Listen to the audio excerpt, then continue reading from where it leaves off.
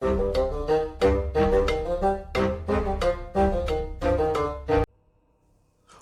to the Critically Clueless. Today we're going to be reviewing The Falconer. The Falconer is an open world air combat game featuring frantic air dog battles and a deep exploration of a mysterious open world of the Great UC. Soar through the skies aboard a devastatingly powerful warbird, uncover secrets lost to the sea as you join or oppose the different factions or clans throughout the world. This game has been published by Wired Productions and it has been developed by a single developer, Thomas Sala. I'm really sorry if I'm pronouncing your name wrong there, mate. It is currently on the Xbox and the PC and will set you back at around £20 or $30 US. As I just said, this is an open world flight combat game in which you have the ability to interact with 5 different factions around the world. This is actually an open world. Literally, once you get through the prologue, you can kind of like jump into this world and you have access to almost everything there is to see. Really, you're limited by you yourself on your little falcon, going around and seeing what you can discover. Now, unfortunately, unless you actually follow the missions, that can be quite boring actually exploring the open world itself, mainly because if you manage to go in between the cities too much, or the land masses, should I say, it can be quite a slow progress to actually make it through the world to another, distinctly different part. So for me, I couldn't find any way to actually speed up that process. Now, you can teleport back to your main base, but that unfortunately is about it. When it comes to actually going to ABC, unfortunately it's a very, very slow process, and you actually have to fly there, and unfortunately you don't really get lost too much in a sound within this game. So I found it quite a boring experience for that specific reason. But I have to kind of stress that I actually did have fun playing this game. Considering this game has been developed by one person and one person alone, this game played very, very well. I was actually just surprised just how well this game played. I never had any dashboardings or crashes or anything like that. There was no obvious glitches or craziness that popped up for a game that has been developed by so few people. I'm just really impressed by just how well this game has actually been put together. This game relies heavily on its combat, and there's a lot of dog combat in this game. You can fight other little falconers, you can fight these big old floating ships in the midair. You can also fight ships down actually in the sea. You can kind of scoop up mines and throw them at the ships, which is quite fun. The combat is actually quite diverse. You can level up your combat, get new little upgrades. You can even get someone else to kind of sit behind you with a little bit of extra firepower as well.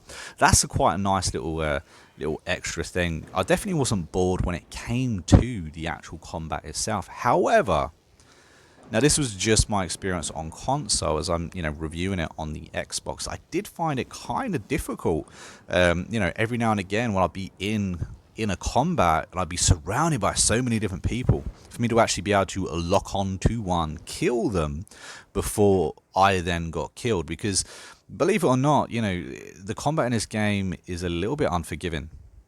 In fact, one of my biggest gripes about this game is the prologue itself. For whatever reason, I kept failing the prologue, and it didn't really tell me why I was failing it or what I was doing to be doing it wrong, or to fail at guarding the queen. I think maybe at the time it was, but I was doing something wrong. It wasn't good. I had to restart the prologue maybe 8 times. Now what I've noticed, and it was particularly prominent within the prologue, is that there's no checkpoints. So what I mean by this is that there's a lot of missions within this game.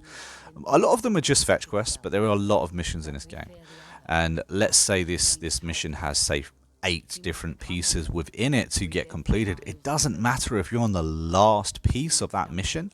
If you fail, you're going to have to go and do step 1 all over again. And for me, that kind of got really annoying, really gripey, because like I said, the combat in this game is not necessarily easy. So it's very easy to mess up and then have to redo the entire mission again. So that was a little bit annoying. But overall, I've got to say that I was actually kind of impressed with this game. I wasn't exactly sure what to be expecting when I went into it. I saw that it was an indie game. I saw that it was pretty well priced. You know, it was not a full release game. It's not a £50-60 game, which is really good. So what you get for your money, I would say, is definitely worth it. I was very surprised with just how smooth this game was, how well the combat actually was with you flying around, you know, on your bird. It seemed to go very smoothly. It wasn't really difficult to actually control. And so overall, just real praise for this game. However, it does have a few shortcomings. I mean, the reason it gets so much praise is because this has been developed by one person. Like, you know, I've said that maybe 4 times so far throughout this review. But the shortcomings for me has got to be the sound. The sound isn't great. However, it is voice acted. So top prompts for getting it to be voice acted in the first place. However, a lot of the time you are, like I said, going from A to B, and it takes a very long time to do so. And unfortunately, the music just doesn't quite get you. Doesn't quite get me there anyway. When I'm actually in combat, the music does pick up a little bit. It gets a bit more upbeat in that, but you know, by that stage you don't really need the excitement. You're already very excited, you know, you're twisting and diving and all that kind of jazz. So for me, as you heard, there has been, you know, there's a few downsides, there's a few good sides, and that's why it's earned a 5.5 out of 10 from me. Now, I think that's pretty good considering, again, just one developer in this. I'm quite impressed with the game overall. I did enjoy it. I just think that there are a few things that need to be tweaked to make it that much better. I can see it appealing to the younger audience as well, and I think that the idea of it is simple enough for the younger audience to get hold of. However, I do think that the actual combat itself may be a little bit tricky for them. But anyway, guys, that has been my review. I've been TheMonk, we've been Critically Clueless. If you've enjoyed this review, don't forget to hit that like button or, of course, subscribe to the channel. And if you're looking for another way to support the channel, you could always think about buying us a coffee or following us on Facebook. And, of course, as ever, I will put all the links to all of that down there in the description for you guys to have a little click-see on. And if you've played this game or if you've had a look at it beforehand, let me know what your thoughts on this game is. Would you recommend other people picking it up as well?